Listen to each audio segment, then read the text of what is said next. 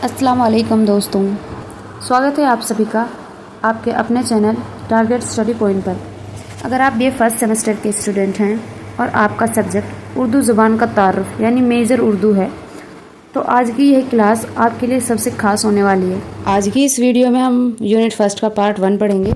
उर्दू ज़ुबान का तारीख़ी पस मंज़र को बिल्कुल शुरुआत से आखिर तक बेहद दिलचस्प मिसालों के साथ समझेंगे।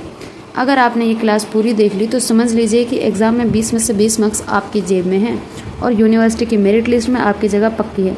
तो चलिए बिना वक्त ज़ाया किए सीधे क्लास शुरू करते हैं। तारीख़ी पस मंज़र का मतलब, सबसे पहले हम ये समझते हैं कि हमारा टॉपिक तारीख़ी पस मंज़र, इसका असल मतलब क्या होता है। तारीख़ी यानी इतिहास या तारीख़ से जुड़ा हुआ हिस्टोरिकल, पस मंज़र यानी बैकग्राउंड या पृष्ठभूमि। इसे एक खूबसूरत मिसाल से समझते हैं।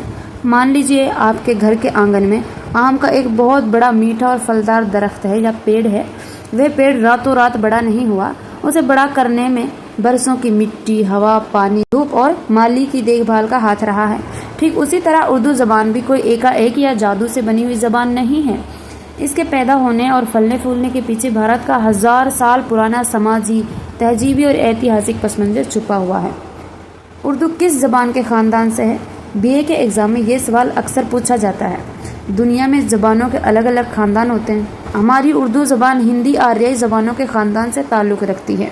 मिसाल के तौर पर जैसे एक ही ख़ानदान के बच्चों की शकल, सूरत और बोली आपस में मिलती जुलती है, ठीक वैसे ही हिंदी, उर्दू और पंजाबी, गुजराती ये सब बहनें हैं क्योंकि इनका ख़ानदान एक ही है। इसे हिंद आर्याई ख़ानदान कहा जाता है। उर्दू के विकास के 3 सबसे बड़े पड़ाव। एग्ज़ाम में 20 नंबर का सवाल आए तो आपको जवाब को मुख्य रूप से इन 3 पड़ाव में बांट कर लिखना होगा। कदीम ज़बानें और अहम फहम बोलियाँ। भारत में सबसे पहले वैदिक संस्कृति बोली जाती थी जो बहुत कठिन थी। वक्त बदला तो आम लोगों की सहूलियत के लिए ज़बान आसान हुई जिसे प्राकृत कहा गया। प्राकृत के बाद जब ज़बान का रूप और ज़्यादा आसान और बदला हुआ सामने आया तो उसे आम फहम बोली या सोरसेनी कहा गया। इसी आम फहम बोली से आगे चलकर हमारी खड़ी बोली बनी जो हिंदी और उर्दू दोनों की बुनियादी माँ कहलाती है। दूसरा, बाहर से आने वाले लोगों का मेल जोल। मिसाल से समझिए, मान लीजिए आपके पड़ोस में कोई नए लोग रहने आए हैं जो दूसरी भाषा बोलते हैं। आप उनसे सामान लेते देते हैं, बात करते हैं तो धीरे धीरे आप उनके कुछ शब्द सीख लेते हैं और वे आपके। ठीक ऐसा ही भारत में हुआ। जब अरब, फारस यानी ईरान और तुर्किस्तान से लोग भारत में व्यापार करने, रहने या शासन करने आए तो वे अपने साथ अरबी, फारसी और तुर्की अल्फाज लेकर आए। जब ये बाहरी शब्द भारत की स्थानीय बोलियों जैसे खड़ी बोली, ब्रज भाषा और हरियाणवी के साथ घुले मिले तो एक बेहद मीठी और नई ज़बान का जन्म हुआ जिसे आगे चलकर उर्दू कहा गया।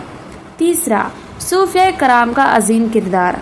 उर्दू को बढ़ाने में सूफियों, संतों और बुजुर्गों का बहुत बड़ा हाथ रहा है। सूफियों का अपना पैगाम आम जनता के दिलों तक पहुंचाना था, इसलिए उन्होंने किसी कठिन अरबी या संस्कृत का इस्तेमाल नहीं किया बल्कि इसी मिली जुली आम फहम सरल ज़बान का इस्तेमाल किया। अमीर खुसरो का किरदार। अगर आपको बीए में सबसे ज़्यादा मार्क्स चाहिए तो अमीर खुसरो का जिक्र ज़रूर करना।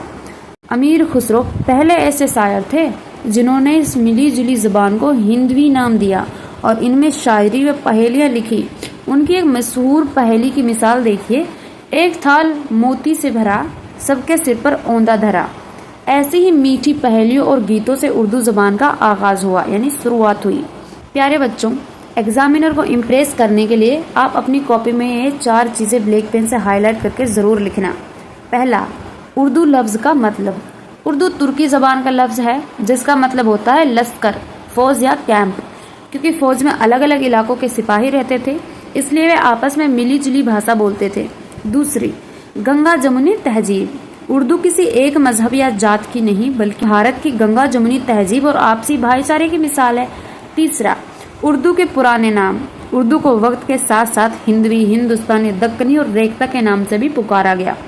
चौथा, ख़त नस्तालीक। उर्दू ज़बान जिस लिपि या स्क्रिप्ट में लिखी जाती है उसे नस्तालीक कहा जाता है जो फ़ारसी और अरबी का मिला जुला खूबसूरत रूप है। तो प्यारे बच्चों, ये था हमारा यूनिट फर्स्ट का पार्ट 1 उर्दू ज़बान का तारीखी पस मंज़र। अगर आपने सारे पॉइंट्स और मिसालें समझ ली हैं तो एग्ज़ाम में यूनिट फर्स्ट से कोई भी सवाल आ जाए, आप पूरी क्लास में सबसे बेहतरीन जवाब लिखकर आएंगे। आज का सवाल मुझे कमेंट में तुरंत बताइए कि उर्दू किस ज़बान का लफ्ज़ है और इसका क्या मतलब होता है। अगर आपको ये क्लास आसान और समझ में आने वाली लगी हो तो वीडियो को लाइक करें, अपने बीए के सभी दोस्तों और कॉलेज ग्रुप्स में शेयर करें और टारगेट स्टडी पॉइंट को सब्सक्राइब करना ना भूलें। अगली वीडियो में मिलते हैं यूनिट फर्स्ट का पार्ट 2 के साथ। पढ़ते रहिए, आगे बढ़ते रहिए। All the best.